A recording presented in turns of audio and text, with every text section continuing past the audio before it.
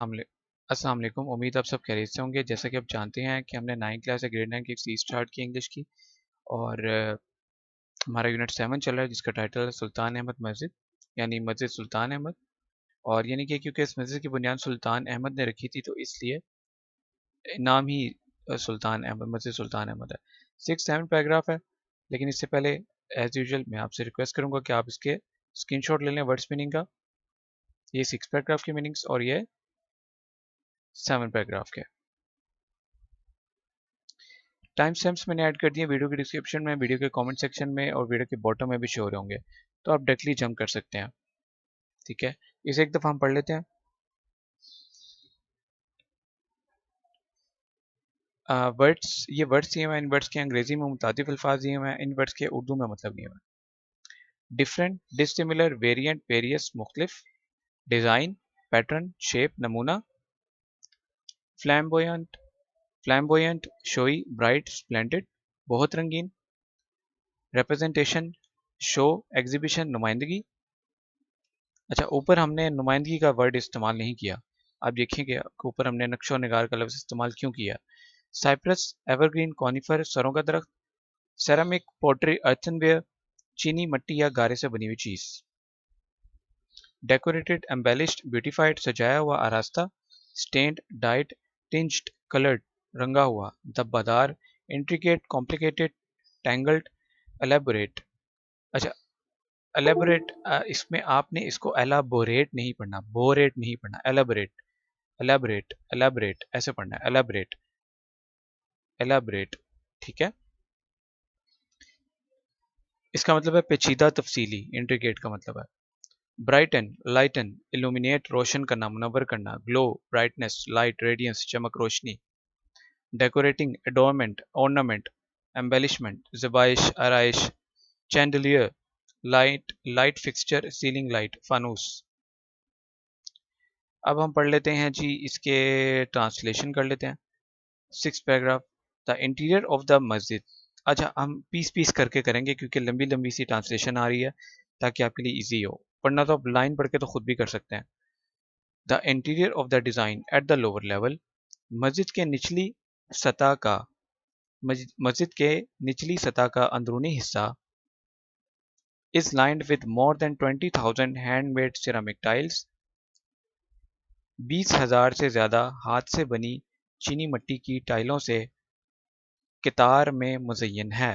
Lined का मतलब है कितार में मुज़य्यन है। ठीक है, in more than 50 different tulip design, जिसमें 50 से ज़्यादा मुख्तलिफ गुले लाला के डिज़ाइन हैं। तो लाइन का मतलब क्या हुआ, कितार। ठीक है, एट द गैलरी लेवल, दालान की सतह पर, the design becomes flamboyant with representation of flowers, fruit and cypress. Design फूलों, फलों और सरों के नक्शो नगार के साथ बहुत रंगीन हो जाता है।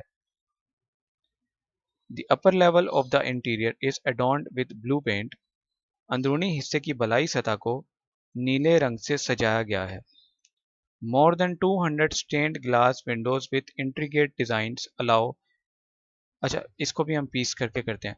More than 200 stained glass windows, 200 से ज़्यादा रंगदार शीशों की खिड़कियां, with intricate designs, जो पेचीदा डिज़ाइन से मुज़य्यन हैं, allow natural light to brighten up its interior। कुदरती रोशनी को अंदरूनी हिस्से में रोशन करती हैं। and the chandeliers and the chandeliers further illuminate it with their glow। और फानूस इसकी चमक को मजीद रोशन कर देते हैं। The decorations include ayat from the ayat from the Holy Quran।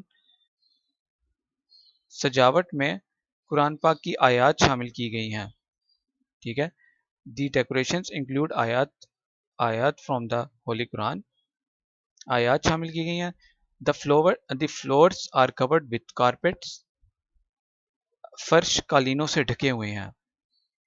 ठीक है, और आप यूं भी कर सकते हैं कि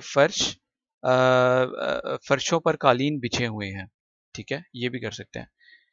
अब यहाँ पे फ़र्श क्यों लिखा है, फ़र्श कालीनों से ढके हुए हैं, ये उम्मीद है कि आप उर्दू अच्छी तरीके से जानते हैं कि मुझे यहाँ बयान करने की ज़रूरत नहीं है कि यहाँ पे खाली फ़र्श का लफ्ज़ क्यों आया, क्योंकि ज़ाहिर सी बात है फ़र्शों का लफ्ज़ आप यहाँ नहीं इस्तेमाल कर सकते, फ़र्शों कालीनों से ढके हुए हैं, ऐसे तो नहीं ना, कॉन्टेक्स्ट अपना सेंस नहीं बनती उर्दू के उसकी, ठीक है। अच्छा, यहाँ पे एक वर्ड था रिप्रेजेंटेशन, और यहाँ पे लफ्ज़ उसके लिए इस्तेमाल किया गया नक्शो निगार। तो आपने ये चीज़ नोट की, यहाँ पे अगर हम सरों के नुमाइंदगी के साथ बहुत रंगीन हो जाता है तो कितना एक अजीब सा वर्ड लगता है, ठीक है। तो इससे नक्शो निगार यहाँ पे इस्तेमाल किया गया, ठीक है। अच्छा, कोई भी आपका सवाल हुआ तो आप ज़रूर पूछिएगा, और आपका बहुत शुक्रिया आपके टाइम का। अच्छा, ये कहीं रह तो नहीं गया? मेरा ख्याल है ये हमने पढ़ लिया ना, डेकोरेटिंग एडोमेंट, ठीक है, हमने पढ़ लिया मेरा ख्याल है। Decorating adornment, adornment, ornament, embellishment, ज़बाइश आराइश, chandelier, light fixture, ceiling light, फानूस। अच्छा, आपने कल का होमवर्क किया, अगर नहीं किया तो बताएं, अगर किया है तो भी बताएं, शेयर करें हमारे साथ। और आज का होमवर्क ये है कि मीनिंग और ट्रांसलेशन, मीनिंग और सिनोनिम्स आपने याद करने हैं, उसके बाद ने ज़बानी ट्रांसलेशन करनी है, फिर एक दफ़ा आपने उसकी ट्रांसलेशन लिखनी है, फिर चेक करना और मिस्टेक्स निकालनी है, और एक दफ़ा आपने फाइनल और ट्रांसलेशन लिखनी है, और इंशाल्लाह फिर आपको भूलेगा नहीं। अपना बहुत ख्याल रखें, बहुत शुक्रिया, अल्लाह हाफिज़।